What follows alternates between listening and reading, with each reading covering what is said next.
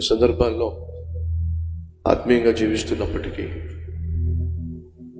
రక్షించబడినప్పటికీ, బాప్తిసం తీసుకున్నప్పటికీ, బయటికి క్రైస్తవులుగా కనిపిస్తున్నప్పటికీ, సేవలో పాల్పంచుకుంటున్నప్పటికీ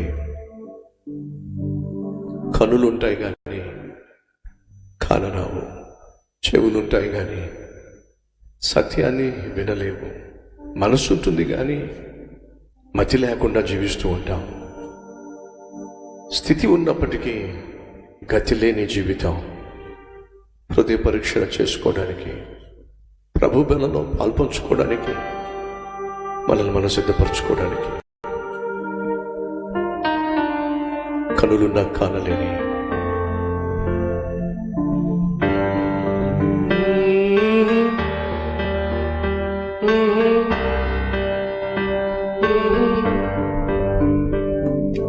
కనులున్నా కానలేని, చెవులున్నా వినలేని, కనులున్నా కానలేని, చెవులున్నా వినలేని, మనసున్నా మతిలేని, స్థితి ఉన్నా గతిలేని, మనసున్నా మతిలేని, స్థితి ఉన్నా గతిలేని వాడను యేసయ్యా.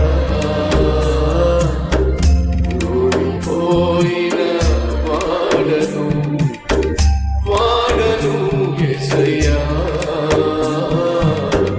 ఓడిపోయిన వాడను, కనులున్నా కానలేని, చెవులున్నా వినలేని.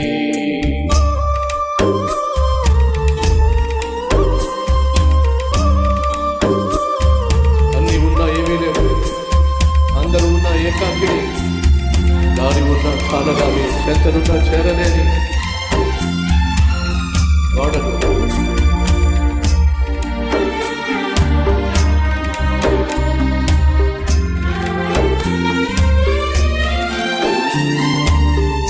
అన్ని ఉన్నా ఏమీ లేని, అందరూ ఉన్నా ఏకాకిని, దారి ఉన్నా కానరాని, చెంతనున్నా చేరలేని, అన్ని ఉన్నా ఏమీ లేని, అందరూ ఉన్నా ఏకాకిని, దారి ఉన్నా కానరాని, చెంచలున్నా చేరలేని యేసయ్యా.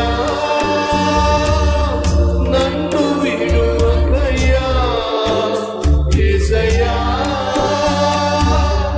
నన్ను విడువకయ్యా.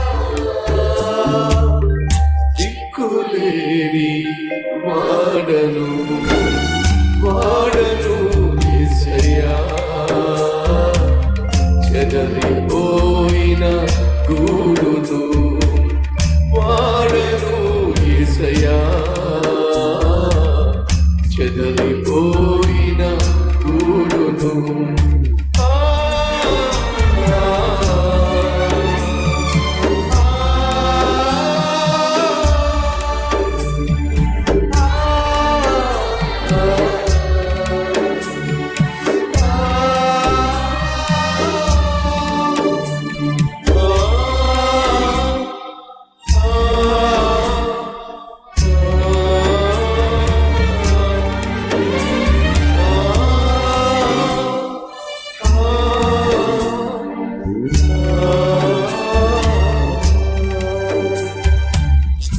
ఆశలున్నా భావము లేని, ఆత్మ ఉన్నా అవివేకిని, భక్తి ఉన్నా శక్తి లేని, ప్రార్థన ఉన్నా ప్రేమ లేని, భాషలున్నా భావము లేని, ఆత్మ ఉన్నా అవివేకిని, భక్తి ఉన్నా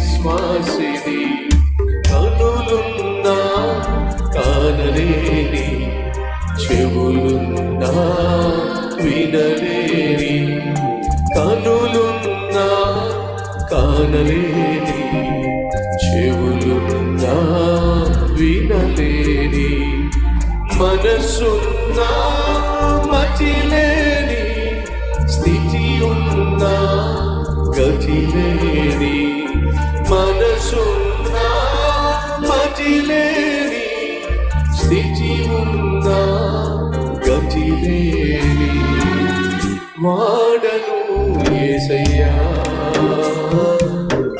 ఓడిపోయిన వాడను వాసిని యేసయ్యా, ఓడిపోయిన వాడను. ఉన్న చోటే మౌనమిద్దాం.